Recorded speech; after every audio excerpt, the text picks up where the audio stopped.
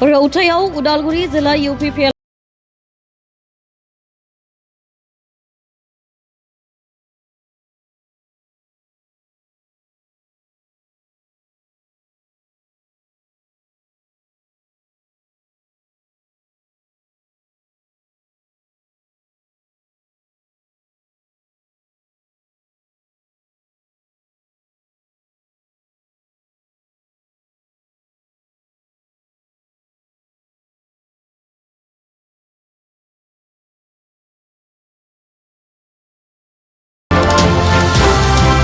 ब्रैजिथिनं मागबाद बियाबनि BPFनि बिजाथि सरन बर'नि हेंथायैबो गोख्रों बिबुंथि होयो। सरन बर'आ सिन्डिकेट राज खालामनानै हाजो बायदि दोनदलद रां आरजिनायनि अजद होदों उदालगुरि जिल्ला UPPL माइनरिटि सेलनि गाहाय नेहाथारि जियाउर रहमाना।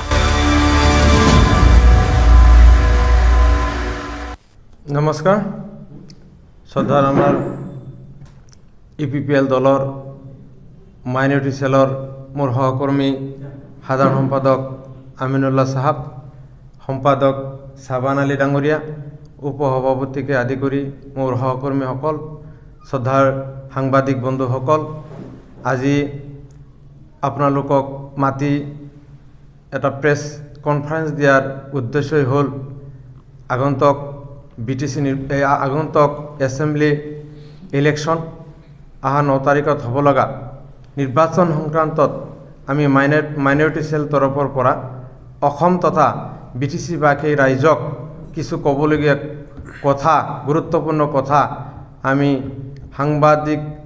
সংবাদ মাধ্যমৰ জৰিয়তে প্ৰকাশ কৰিবলৈ ওলাইছোঁ।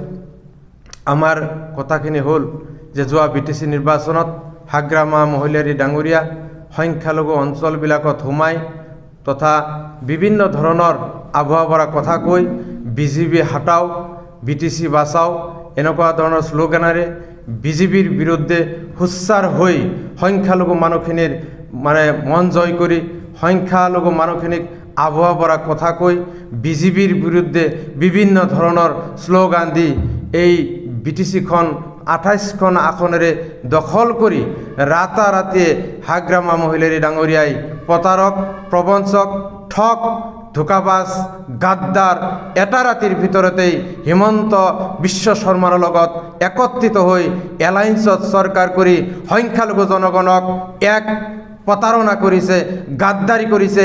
এই গাদ্দাৰীৰ প্ৰত্যুত্তৰ দিয়াৰ কাৰণে আজি সংখ্যালঘু সমাজে আমি ওলাই আহিছোঁ মাৰ বান্ধি।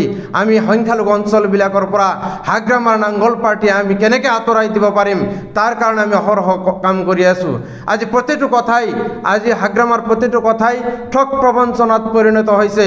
যে তেখেতে কৈছিল যে এছেম্বলি নিৰ্বাচনৰ আগতেই, বিধানসভা নিৰ্বাচনৰ আগতেই প্ৰত্যেকটো ঘৰে ঘৰে আজি মাটিৰ পট্টা দিয়া হ'ব। BTCত 2003 চনৰ পৰা যিসকল মানুহ বসবাস কৰি আছে প্ৰত্যেকজন মানুহকেই হাগ্ৰামাই মাটিৰ পাট্টা দিয়াৰ কথা আছিল।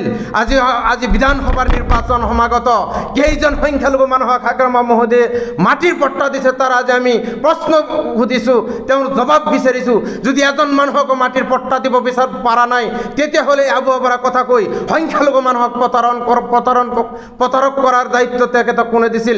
গাদ্দাৰী কৰাৰ অধিকাৰ তেখেতক কোনে দিছিল? আজিৰ মাটিৰ পট্টাৰ কথা কৈ BJPৰ ভয় দেখুৱাই BTC দখল কৰি এতিয়া আহিছে হিমন্ত বিশ্ব শৰ্মাৰ লগত একত্ৰিত হৈ অসম চৰকাৰ গঠন কৰাৰ কাৰণে। যি হিমন্ত বিশ্ব শৰ্মা অকল সংখ্যালঘু বিৰোধী নহয়, মুছলমানৰ একমাত্ৰ শত্ৰু দল যদি অসমৰ ভিতৰত আছে হিমন্ত বিশ্ব শৰ্মাৰ BJP দলেই আছে। এই সংখ্যালঘু বিৰোধী BJP দলৰ লগত হিমন্ত বিশ্ব শৰ্মাৰ লগত একত্ৰিত হৈ সমূলে সংখ্যালঘু জনগণক BTCৰ পৰা উৎখাত কৰাৰ কাৰণে যি পৰিকল্পনা বান্ধি লৈছে সেই পৰিকল্পনা আমি সংখ্যালঘু ছেলে কেতিয়াও মানি নলওঁ, BTCৰ সংখ্যালঘু জনগণে কেতিয়াও মানি লওঁ। ইয়াৰ উচিত প্ৰত্যুত্তৰ দিয়াৰ কাৰণে বিধানসভা নিৰ্বাচনৰ সময়ত আমি একত্ৰিত হৈছোঁ আৰু BTCত বসবাস কৰা প্ৰত্যেক ঘৰ সংখ্যালঘু জনগণক আমি সজাগ হ'বৰ কাৰণে অনুৰোধ জনাইছোঁ যে এতিয়াই আমাৰ উপযুক্ত সময়।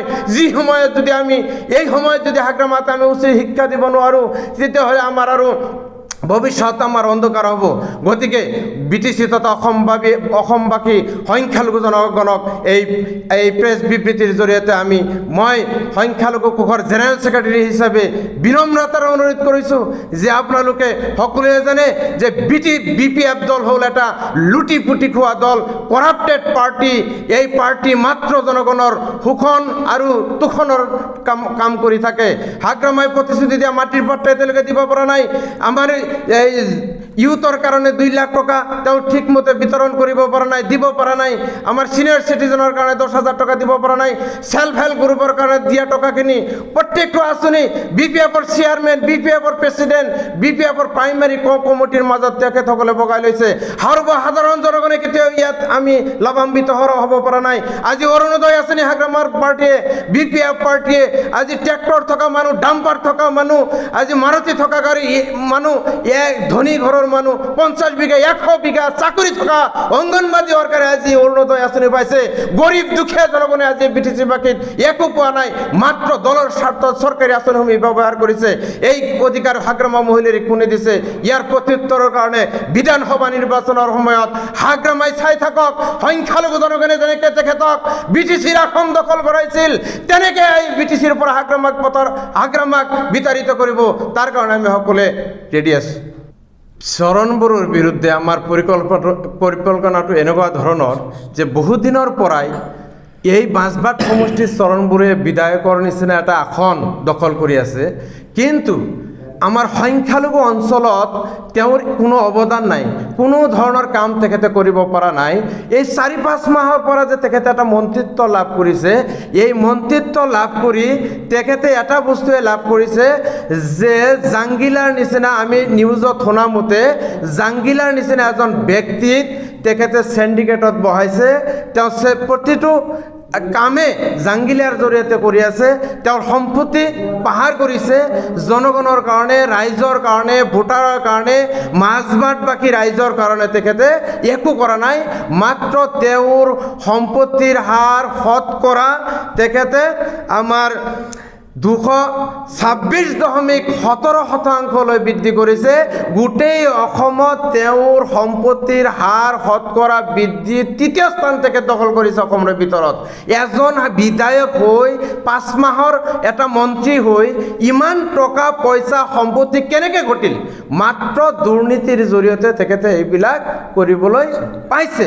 সিন্ডিকেটৰ পৰা তেখেতে পইচা পাইছে, বিভিন্ন কমিশ্যন ৰাজ চলাইছে, সেইবিলাক দি আজি এইবিলাক সম্পত্তি কৰিবলৈ আৰম্ভ কৰিছে। সেইকাৰণে আমি সংখ্যালঘু তথা BTC-বাসী ৰাইজক এই BPF দলৰ পৰা বিৰত থকাৰ কাৰণে অনুৰোধ জনাইছোঁ। 9 তাৰিখৰ যিটো নিৰ্বাচন হ'ব, এই নিৰ্বাচনত সকলোৱে BTCৰ শান্তিৰ স্বাৰ্থত, BTCৰ ভালৰ স্বাৰ্থত, BTCৰ উন্নয়নৰ স্বাৰ্থত UPPL দলৰ প্ৰত্যেকটো কেণ্ডিডেটক আপোনালোকে ভোট দি জয়যুক্ত কৰিব। আৰু আমি ৰাইজক প্ৰতিশ্ৰুতি দিওঁ যে যোৱা 5 বছৰত প্ৰমোদ বড়ো চৰকাৰৰ দিনত আপোনালোকে সকলোৱে জানে এটা বন্দুকৰ আৱাজ আপোনালোকে শুনা নাই, এটা গুলিৰ আৱাজ আপোনালোকে শুনা নাই, এটা কিডনেপিং হোৱা নাই, ডেথ বুলি কোনো শব্দ BTCত উচ্চাৰণ হোৱা নাছিল, কোনো আৰ্মি মিলিটাৰীৰ কোনো নাছিল, ফ্লেগ মাৰ্ক নাছিল, কোনো হত্যা হিংসা নাছিল, কোনো কিডনেপিং নাছিল, কোনো চান্দা নাছিল, কোনো কমিশ্যন নাছিল, কোনো দুৰ্নীতি নাছিল। এনেকৈ এটা সুশাসন প্ৰমোদ বড়ো ডাঙৰীয়াই BTCত প্ৰৱৰ্তন কৰিছিল আৰু আমি শান্তিত বসবাস কৰিবলৈ পাৰিছোঁ। আপোনালোকে সকলোৱে জানে যে আজি BTC অঞ্চলত বিভিন্ন জাতি ধৰ্মৰ মানুহে আমি বসবাস কৰোঁ। এই BTCত আজি যোৱা 5টা বছৰত প্ৰত্যেকটো জাতি জনগোষ্ঠীৰ লগত আমি ভাতৃত্ববোধেৰে জীয়াই থাকিবলৈ পাৰিছিলোঁ। আজি 5 মাহীয়া 6 মাহীয়া কাৰ্যকালত সেইখিনি কিন্তু হেৰুৱাই পেলাইছোঁ। জাতি ধৰ্মৰ মাজত আজি বিভিন্ন ধৰণৰ ঘৃণাৰ ভাৱ বিয়প আৰম্ভ কৰিছে, বিভিন্ন জুৱা খেল আৰম্ভ হৈছে, আজি ঘৰ জ্বলাজ্বলি আৰম্ভ হৈছে, বিভিন্ন ধৰণৰ কিডনেপিং আৰম্ভ হৈছে, হত্যা আৰম্ভ হৈছে, বম ব্লাষ্টিং আৰম্ভ হৈছে। এনেকৈ যদি BTCত অশান্তি হৈ থাকে তেতিয়াহ'লে আমাৰ নিশ্চয় অহা দিনবিলাকত BTCত এক অশান্তিৰ পৰিৱেশ সৃষ্টি হ'ব। গতিকে BTCৰ শান্তি ৰক্ষাৰ স্বাৰ্থত, BTCৰ ডেভেলপমেণ্টৰ স্বাৰ্থত আমাৰ প্ৰমোদ বড়ো ডাঙৰীয়াৰ নেতৃত্বত যি UPPL দল চলি আছে, এই দলৰ প্ৰত্যেকটো প্ৰাৰ্থীক ট্ৰেক্টৰৰ ছবিত ভোট দিয়াৰ কাৰণে মই বিনম্ৰতাৰে অনুৰোধ জনাইছোঁ। ধন্যবাদ।